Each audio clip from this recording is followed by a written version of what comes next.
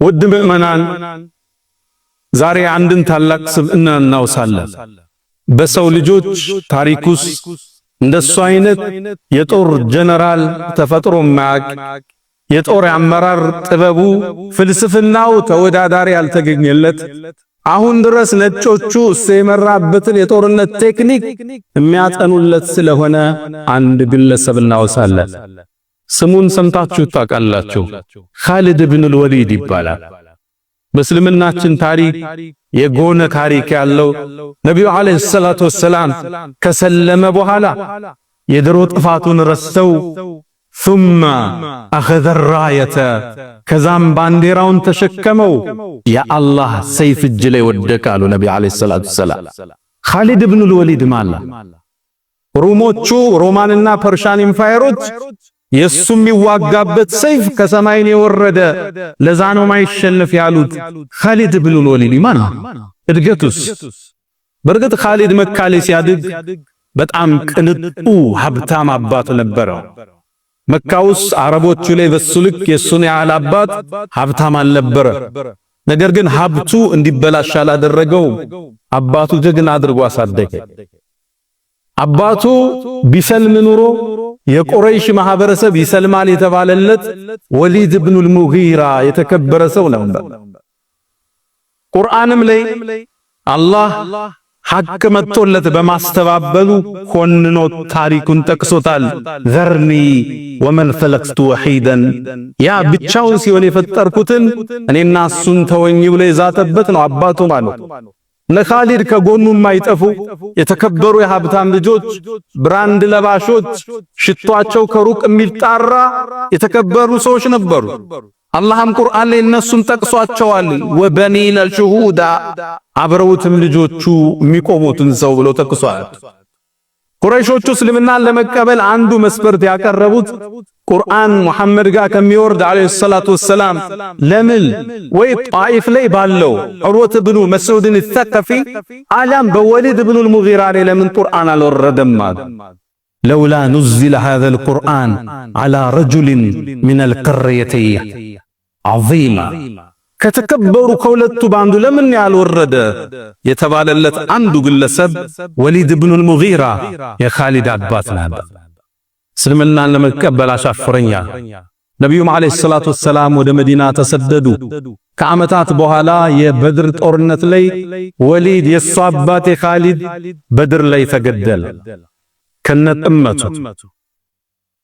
ኻሊድም አባቱ በመገደሉ እስልምናን ቶሎ መቀበል ወደ ኋላ ዳዳ ፍቃደኛ አይደለም።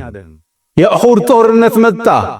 አቡ ሱፊያን ነበር መሪ ጀነራሉ። ኻሊድ 300 ወይም 700 ፈረሰኛ ይዞ ከኋላ ቆሞ ነበር ጀበል ሩማት የሚባለው ቦታ ላይ።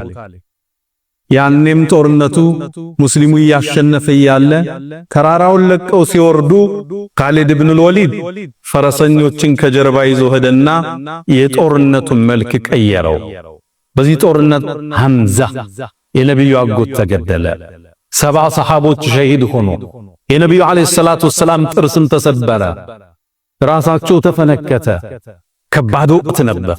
ይሄን የጦርነት ቅመም የቀየረው የኻሊድ የጦርነት አመራር ነበር።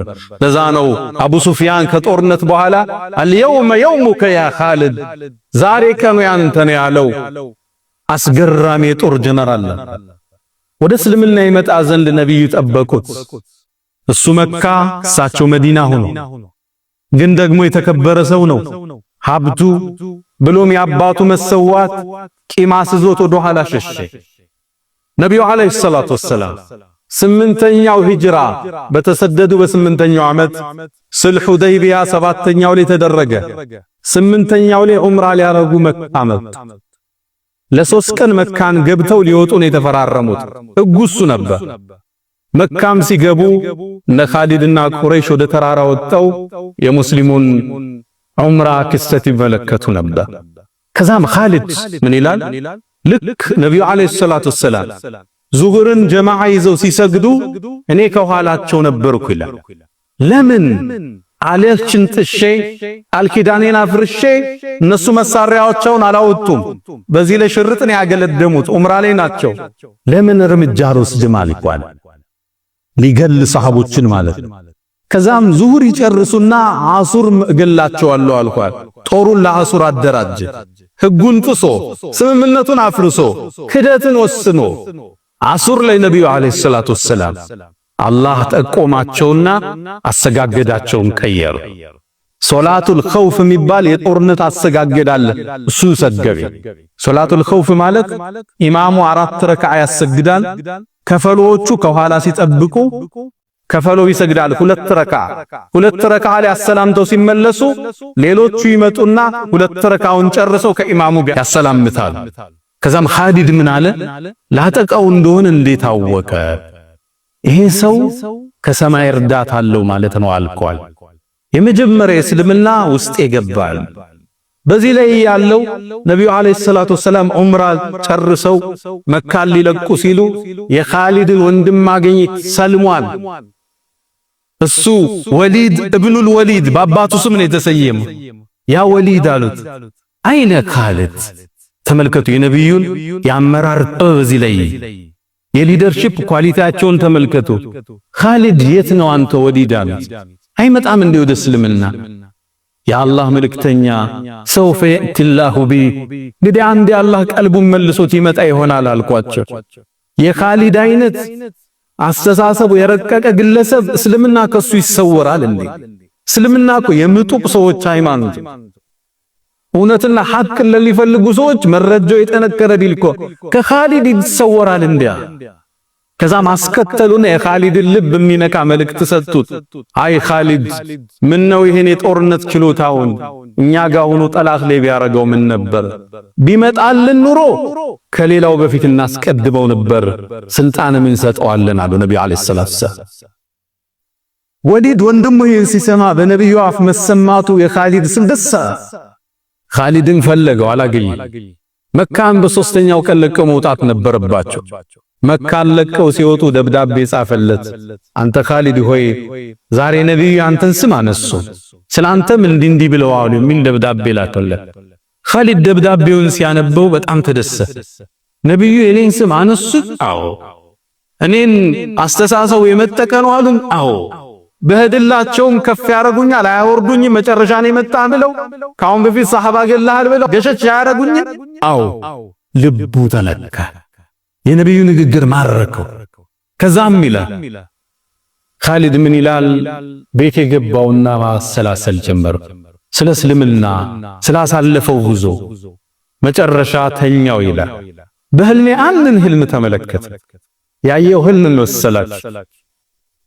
ጠባብ ጨለማ መሬት ላይ ቁጭ ብሎ የዱር እንስሳ የበዛበት መሬት ላይ ከዛም ከዛ ጠባብ ጨለማ የዱር እንስሳ ከበዛበት ቦታ ወጦ ብርሃናማ አረንጓዴ መስክ ወደለዛበት ሰፊ መስክ ሲወጣይ ተነሳ። ህልሙን አስተረጎመው። አንተማ ካለህበት የሽርክ አስተሳሰብ ወደ እስልምና ልትገባ ወሰነ ሊሰል ወደ መዲናማ ቀና ወደ ነብዩ አለይሂ ሰላቱ ወሰላም መንገድ ላይ አንድን ጓደኛው አገኘ ይዞ ሄደ። ሌላም መዲና መዳረሻ ላይ አምር ኢብኑ አልዓስ የሚባል ታዋቂ በአረቦቹ ታሪክ እንደሱ ስትራቴጂክ የለም የሚባል ሰው አለ። አብረው መዲና ገቡ። ነብዩ አለይሂ ሰላቱ ወሰላም ልክ ሶስቱ ሲያዩዋቸው ፈተሐለል ፊታቸው ፍድቅ አለ። ለሰላ ኻሊድን የመሰለ ጀነራል እጃቸው ማስገባ። ከዛም ምን አሉ? ለቀድ አልቀት መከቱ ቢፈለዛቲ አክባዲሃ መካ እኮ ዋና ዋና የአብራኳን ክፋይ ተፋቻቸዋል። ኻሊድን አዩት። ላያቸው ከበደኛል። ሰሃቦችን በመግደል ላይ ተሳትፈዋል። እንዴት ይቀበሉኝ ይሆን? አንገቴን ድፍት አረኩ። ከዛም ነብዩ አለይሂ ሰላቱ ወሰላም ፊት ቆንኩና የአላህ መልእክተኛ ከአላህ ውጭ የሚገዙት ጌታ እንደሌለ አንተም መልእክተኛው መሆንህን መሰክራለሁ አልኳቸው። ነብዩ መጡና አቀፍ ታርጉኛል ሰለላሁ ዐለይሂ ወሰለም። ፍቅር መስጠት የሚችሉ አመራር የሚችሉ ነብይ ናቸው። ሰው አቧራውን አርግፎ ሲመጣ እንደ አዲስ የሚቀበሉ አመራር ናቸው። ከዛም ያዛቸውና የአላህ መልእክተኛ አላት እኔን አላህ ያሳለፍኩትን ይምረኛል እንዳላቸው። ለሰሃቦች መገደል ሁሉ እሱ ሰበብ ነበር። ያ ኻሊድ አታቅም እንዳሉት እስልምና ወደ በሩ ስትገባ ያለፈውን ወንጀል እንደሚጠርግ አታቅም እንዳሉት ደስ አለው ኻሊድ።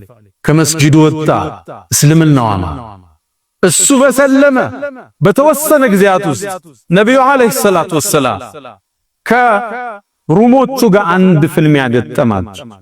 እሳቸው የአረቡን ዓለም እያደራጁ ነበር። የውጭ ግን በሮማን ኢምፓየር እሳቸው ላይ ጥቃት ፈጸመ። አንድ ደብዳቤ አስዘው አንድ ሰሃባ ልከው ነበር። አምባሳደር ነው የላኩት። እነዛ ግን ተቀብለው ገደሉት። በዓለም ታሪክ ውስጥ አምባሳደር አይገደልም። ሁለት አገር ጦርነት ሊያውጁ ከፈለጉ አምባሳደሮቻቸው ነው የሚጠሩ። አምባሳደር አይገደል። ገደሉት። ነብዩ ተበሳጩ። ጦር አሰለፉ። 3000 ጦር አደራጁት። ጦሩ 3 መመሪያ ሰጡ። ዘይድ ኢብኑ አልሐሪሳ ሰሃባ ነው። እሱ ከተገደለ ባንዲራውን አመራሩን ለጃዕፈር ስጡት አሉ። ዳጎታቸው ላይ ጃዕፈር ኢብኑ አቢ ጣሊብ እሱ ከተገደለ ለአብደላህ ኢብኑ ረዋሃ ስጡት ብለው ጦርነቱ ይሻል። ጦርነቱ ከባድ ነበር። ሙእታህ የሚባል ቦታ ላይ ደረሰ። እነዛ ልብ በሉ 200,000 ጦር ይዘው መጡ። ሙስሊሞቹ 3000 ናቸው። አንድ ሰው 70 ሰው አካባቢ ነው የሚገጥመው ማለት ነው። ግን የታገሉት በሰይፍ አልነበረም፣ በኢማናቸው ዘመቱ። ፍልሚያው ተጀመረ። ዘይድ ባንዲራው የያዘው መጀመሪያ ተገደለ። ከዛም ቆይቶ ጃዕፈር ተገደለ። ጃዕፈር ባንዲራውን ይዞ ነበር። እጁን ቆረጡት። በግራ እጁ ያዘው፣ ግራ እጁን ቆረጡት። በሁለቱ በተቆረጠው እጁን ያዙት፣ አንገቱን ቆረጡት። ከጃዕፈር በኋላ አብደላህ ኢብኑ ረዋሃ ባንዲራውን አነሳ፣ እሱም ተገደለ። መጨረሻ ላይ ሰሃቦቹ ማን ይምራው ያን ጦርነት? ከኻሊድ የተሻለ ጀነራል የለም። ከሰሃቦቹ ውስጥ አንዱ ባንዲራውን አነሳና ወደ ኻሊድ ይዞ ተደ። ኻሊድ ያስኩት ላንተ ነው፣ ዛሬ ይህን ጦርነት ታደገዋል። ያኔ የጦርነት ስትራቴጂውን መሬት ላይ አወረደ። ነብዩ አለይሂ ሰላቱ ወሰላም እሳቸው ሰራዊቱን ልከዋል። መዲና ላይ ቆመው የጦርነቱን ክስተት ለሰሃቦች ይነግሯቸው ነበር። ጦርነቱ ተጀመረ። ፍልሚያው ጦፈ። መጀመሪያ ዘይድ ተገደላኑና እንባቸው በጣ ነብዩ አለይሂ ሰላቱ ከዛም ባንዲራውን ጃዕፈር አነሳው፣ ጃዕፈርም ተሰዋ። ከዛም ባንዲራውን አብደላህ ኢብኑ ረዋሃ አነሳው፣ እሱም ተሰዋ። ከዛ አስከትለው ከዛም ባንዲራው የአላህ ሰይፍ ላይ ወደቃል። ነብዩ አለይሂ ሰላቱ ኻሊድ ያን ጦርነት እንዴት ይቋጨው? ልክ ሌሊቱ ሲለያቸው በሌሊት አይዋጉም፣ መብራት ስለሌለው ሰራዊቱን እንደ አዲስ ዲዛይን አረገ። ቀኝ የነበሩትን በግራ ከፊት የነበሩትን ከኋላ አደረገ፣ ከኋላ የነበሩትን ከፊት አደረገ። ከዛም ፈረሰኞቹን ከተራራው ጀርባ አደረጋቸውና ሲነጋ አቧራ ያጎናችሁ ተክቢራ ያረጋችሁ ነዋል። ሌሊቱን ከመዲና በኩል ጦር እንደተላከልን ይምሰላቸዋል። ልክ ሲነጋ ሩሞቹ ሲያዩት ማዕቁት ሰልፊ ፊቶች ተለዩባቸው። ቀኝ ያለው ግራ፣ ፊት ያለው ኋላ። አሃ ዛሬ ሌሊት መሐመድ ሰራዊት ጨምሯቸዋል። ከዛም ተክቢራ ያረገ አባራ ያነሱ ሰራዊቱ ገባ። ፈረሰኛ መጣላቸው፣ ደነገጡ። ብዙዎችን ገደሏቸው።